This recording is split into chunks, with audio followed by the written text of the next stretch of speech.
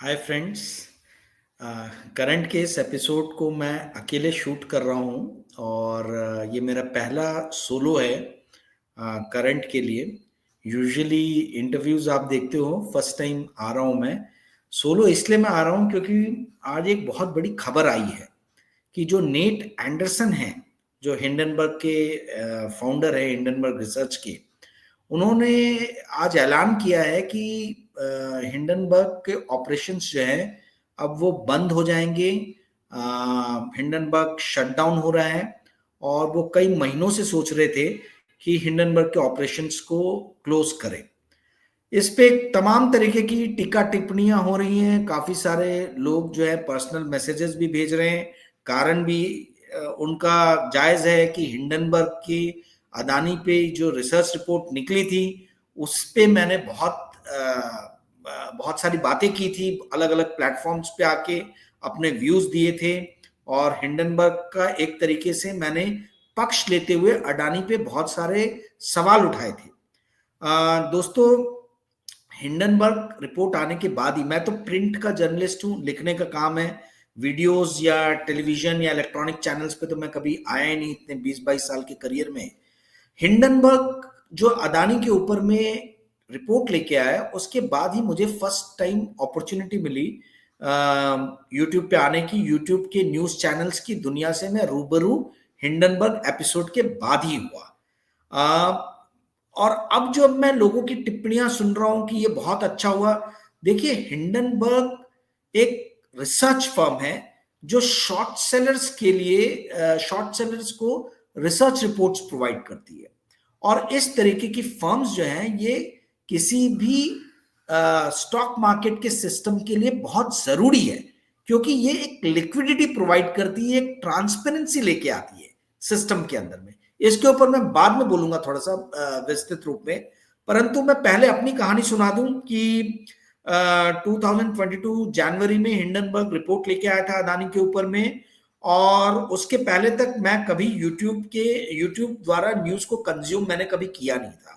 YouTube पे मैं एक आधी, मतलब मैंने कभी किसी के इंटरव्यू सुने होंगे तो सुने होंगे, वो भी मुझे याद नहीं है। बट यूट्यूब पे जब मैं खुद आना शुरू हुआ न्यूज चैनल पे, उसके बाद ही मुझे पता चला कि बाप रे, ये तो बहुत बड़ी एक दुनिया है, ये अल्टरनेटिव न्यूज का एक बहुत बड़ा प्लेटफॉर्म है। और मुझे पहली बार मौका आलोक जोशी सर ने दिया था, जो सत्य हिंदी पे आलोक का अड्डा करके कार्यक्रम चलाते हैं।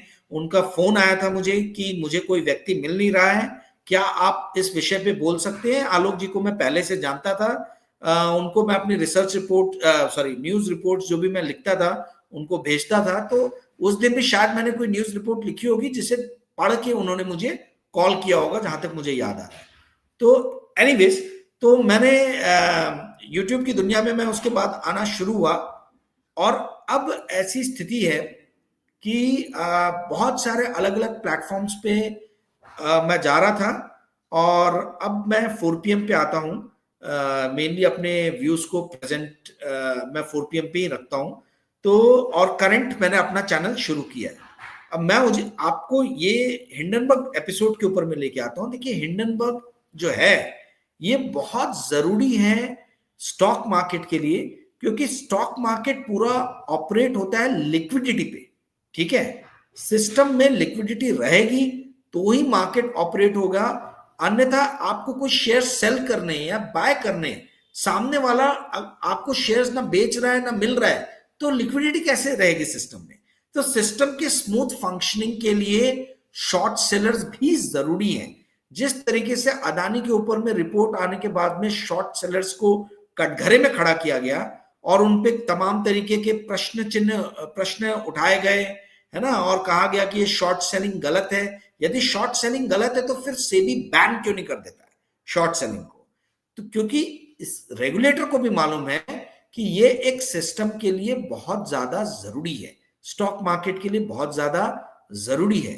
और हिंडनबर्ग जो है वो केवल कोई अदानी को, उसने अदानी के ऊपर रिपोर्ट नहीं लाया है।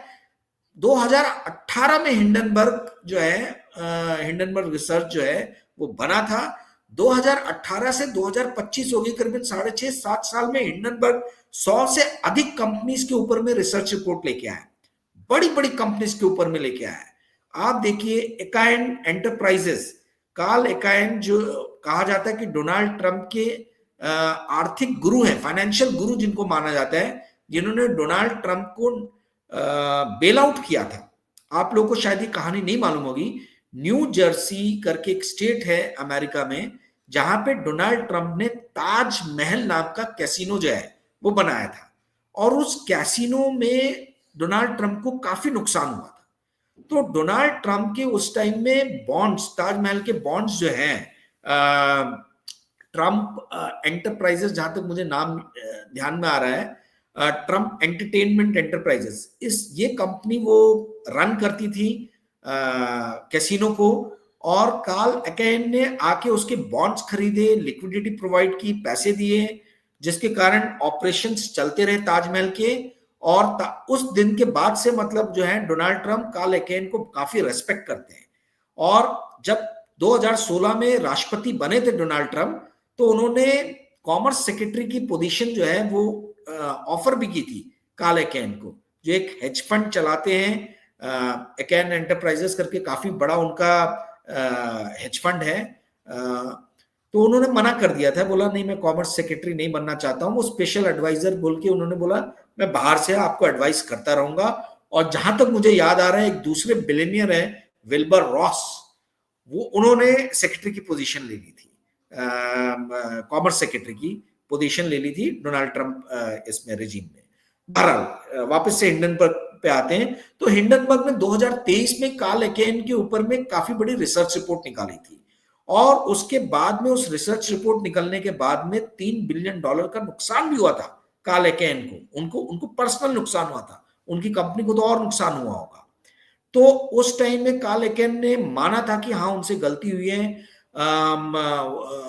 हिंडनबर्ग ने इल्जाम लगाए थे कि कार्ल एकेन एक स्पेशल मतलब एक पॉन्जी स्कीम टाइप रन कर रहे, पॉन्जी स्कीम तो नहीं कहेंगे, मतलब वो डिविडेंड्स देने के लिए जो है वो अपने इन्वेस्टर्स को डिविडेंड देने के लिए कुछ ऐसे तरीके अपना रहे हैं जो उन्हें नहीं अपनाना चाहिए।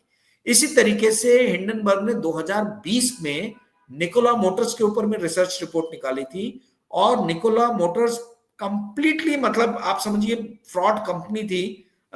जैसे टेस्ला है, जो सेल्फ ऑटोमेटेड जो व्हीकल्स जो है ना, ईवी जो है उस फील्ड में, उसी में निकोला भी थी। तो निकोला का पर्दाफाश, भांडाफोड़ हिंडनबर्ग ने किया था। उसके बाद निकोला बैंकरप्ट हुई, और निकोला के जो मालिक थे उनके ऊपर में उन यूएस में कोर्ट में केसेस भी चले हैं। ट्रेवर मिल्टन उनका नाम था, और उनको जूरी ने पेनलाइज भी किया है।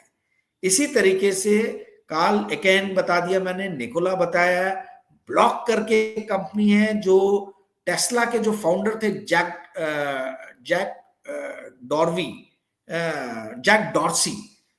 डॉर्सी मेन इसमें इन्वेस्टर हैं ब्लॉक में। ब्लॉक के खिलाफ भी 2023 में हिंडनबर्ग ने रिपोर्ट निकाली, और वहां पे भी गड़बड़ियां पाई गई। तो कोई एक अदानी ऐसी कंपनी नहीं थी जिसको टारगेट करके हिंडनबर्ग ने रिपोर्ट निकाला हो। हिंडनबर्ग जो है वो शॉर्ट साइड में काफी अपनी रिसर्च रिपोर्ट्स निकालता है, और ये जरूरी है क्योंकि कोई भी कंपनी का मालिक जो है वो आके तो अपनी कंपनियों की खामियों को आपके सामने, इन्वेस्टर्स के सामने बताएगा नहीं। तो ये बताने का काम, ये रिसर्च करके निकालने का काम, ये शॉर्ट साइड में जो रिसर्च फर्म्स है वही करती है।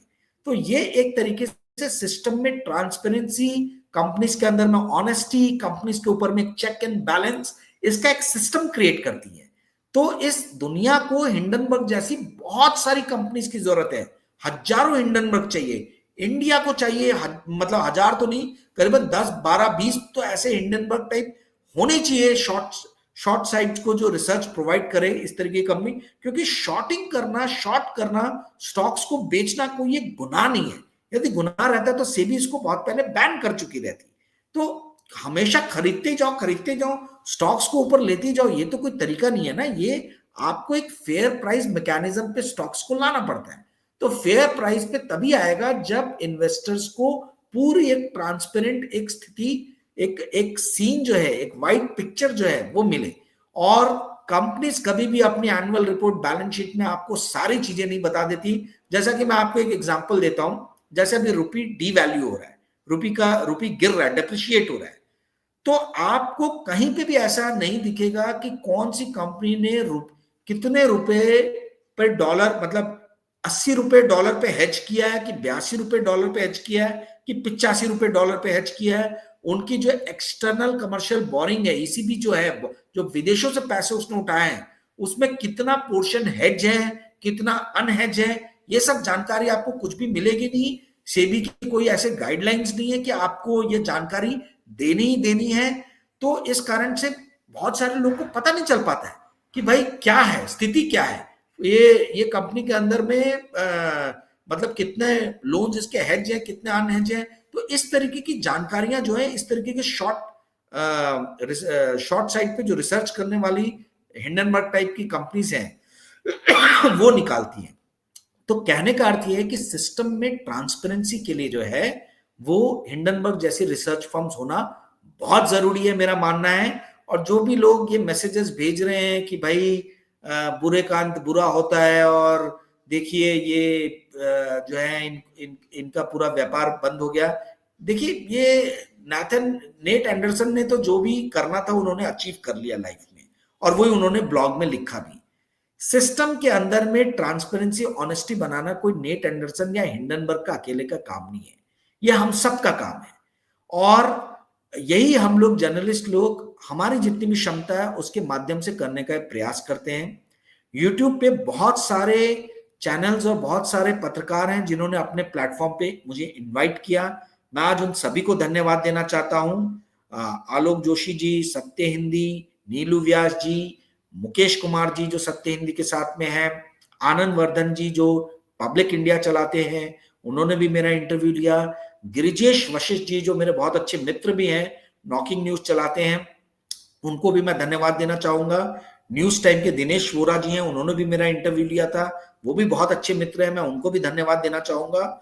और मेरे संजय भैया, संजय शर्मा जी मेरे बहुत ही खास हैं, 4PM के मालिक है, वो चलाते हैं, मैं उनको भी धन्यवाद देना चाहूंगा। इन सारे लोगों ने कभी ना कभी किसी ना किसी समय पे हिंडनबर्ग के ऊपर में मेरा इंटरव्यू लिया है और मेरे विचारों से आप सभी को अवगत कराया है।